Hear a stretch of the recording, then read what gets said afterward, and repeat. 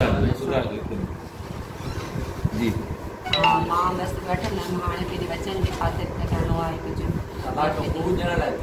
हू पाण ई ॾियण लाइ तयारु अगरि जे मां वेंदमि न त हाणे मूंखे बसि मारण खां सवाइ छॾींदा न उहो मूंखे हाणे ई ॻोल्हींदा त वतन थी लभे त असां मारियूं मां पंहिंजे ॿाहिरनि जी पनाह में रहियल आहियां पंहिंजे नानाणनि खे पनाह ॾिनी आहे उन्हनि खे धमकियूं ॾेई वयूं जी नाज़रीन मां तव्हांखे ॿुधाईंदो त मेर शहर जे रहवासियुनि शादीशुदा ॿिनि ॿारनि जी माउ मसामत फौजिया ज़ाल नवीद सुमरो पंहिंजे भाइरनि सखावत सुमरो वज़ात अली सुमरो सां गॾु मेर प्रेस क्लब पहुची करे साफ़ इनारी ॿुधाईंदे एहतियात कंदे चयो त 12 साल अॻु मुंहिंजी शादी मेर जे रहवासी नवीद अमन सुमरो वलद बशीर अमन सुमरो सां थी हुई। शादी जे कुझु वक़्तु गुज़रण खां पोइ मुंहिंजो मुड़ुसु नवीद सुमरो संदसि जा भाउर सईद सुमरो फ़हीम सुमरो नौमान सुमरो शीराज़ अहमद ऐं मुंहिंजो सहुरो ऐं ससु मूं ते तशदुद कंदा रहंदा हुआ।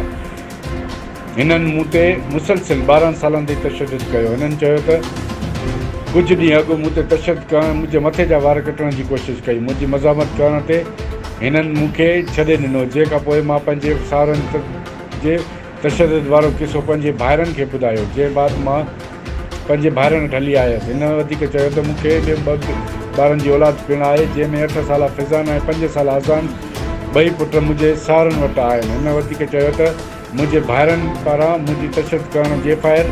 मेयर थाणे ते दाख़िल थियण खां पोइ बि मेयर पुलिस 3 जवाबदारनि मां ॿिनि जवाबदारनि खे सईद सुमरो नौमान सुमरो खे गिरफ़्तार कयो आहे।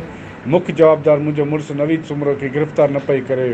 हू बासर आहे जेके मुंहिंजे सोटनि समेत धमकियूं ॾे ऐं कूड़नि केसनि फासाइण जी धमकी ॾेई रहिया आहिनि। हिन एस.एस.पी. दादू वज़ीर आला सिंध सैयद मुराद अली शाह खां इंसाफ़ जी अपील कई। कैमरामैन दीदार मैसर सां गॾु रिपोर्टर अब्दुल वहीद मैसर सोच टीवी न्यूज़ में।